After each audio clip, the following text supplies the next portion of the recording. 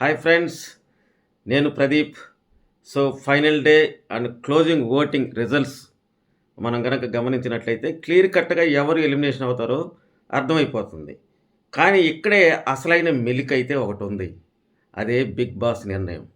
So ఏది కూడా big boss అనుకుంటేనే జరుగుతుంది. మనం ఊహించుకున్నట్టు ఏది జరగదు. నుం ఒకటో సీజన్ నుంచి చూస్తే కూడా ఇప్పటిదాకా. ఎందుకంటే వాళ్ళకు ప్రతి సీజన్‌లో కూడా ఒక ఒక ఒక క్యాండిడేట్‌ని వాళ్ళు ఎక్స్‌పోజ్ చేస్తూ ఎక్కువ వారాలు ఉంచుకునే దానికి ప్రయత్నం చేస్తారు. లాస్టు 7లో మనం చూసుకున్నట్లయితే శోభా శెట్టి. ఆ అమ్మాయిని అసలు ఎంతమంది ఆడియన్స్ ఎళ్ళిపోవాలి, ఎళ్ళిపోవాలి, ఎళ్ళిపోవాలా అని కోరుకున్నా గానీ ఆమెను 10 వారం దాకా ఉంచారు.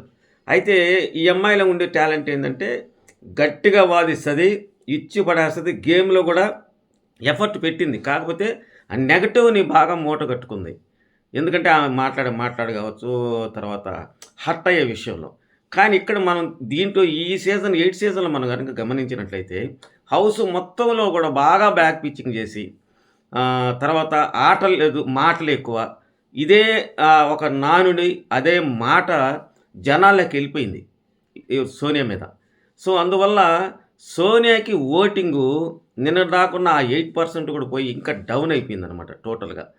కారణం ఏంటంటే ముఖ్యంగా ఆమెకి పడిపోవడానికి, మరీ దారుణంగా పడిపోవడానికి 8 నుంచి దారుణంగా పడిపోవడానికి కారణం ఏందంటే బ్యాక్ పిచ్చింగ్. మరీ ఎక్కువగా మణికంఠని నమ్మించి మోసం చేయడం. సో, నిన్న కూడా గోల్డెన్ ఏదైతే ఉందో దాన్ని తీసుకొని ఎళ్ళిపోయే విషయంలో కూడా ఆ అమ్మాయి మ్యానిపులేట్ చేయడానికి ప్రయత్నం చేసింది. అదేవిధంగా ఆహ్, నాకు అవకాశం ఇస్తారా అన్నప్పుడు ఎందుకీయరు? ఖచ్చితంగా ఇస్తారని చెప్పి ఆ అబ్బాయిని మోసం చేసేదానికి ప్రయత్నం చేసింది.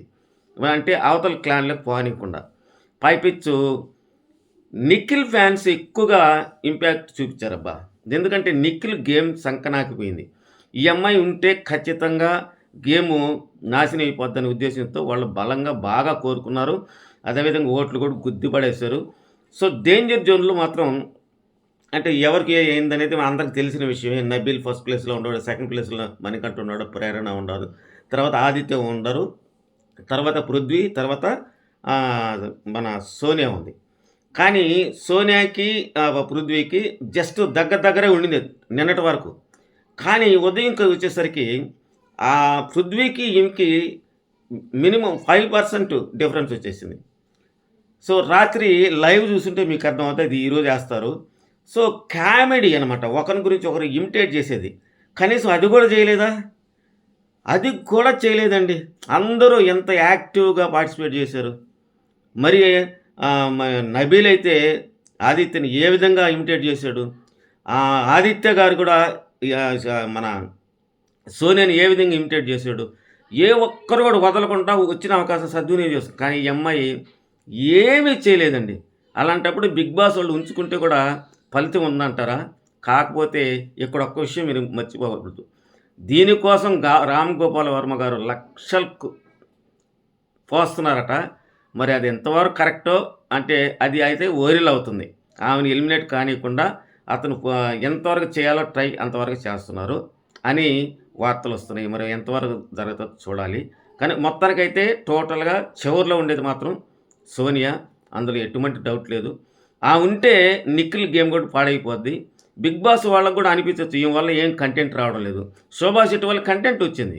ఈ అమ్మాయి దగ్గర కంటెంట్ రాకపోగా వృధాగా వేస్ట్‌గా మేపుతున్నాం అనే అభిప్రాయం అయితే బిగ్ బాస్ వాళ్ళకి కలిగి ఉంటది.